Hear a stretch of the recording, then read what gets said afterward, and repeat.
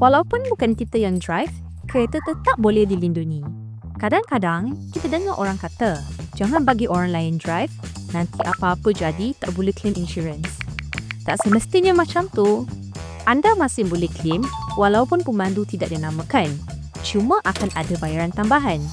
Jika dinamakan, tiada bayaran dikenakan. Contohnya, Dinesh selalu bawa kereta miliknya untuk road trip bersama adiknya, Nivea.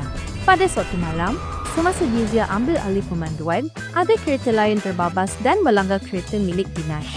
Nasib baik Dinesh namakan adiknya dalam polisi insurans kenderaan dia.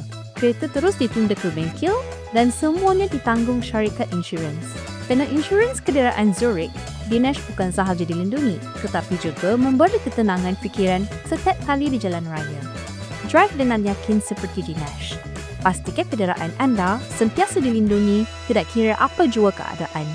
Zurich, lindungi segala perkara yang bermakna.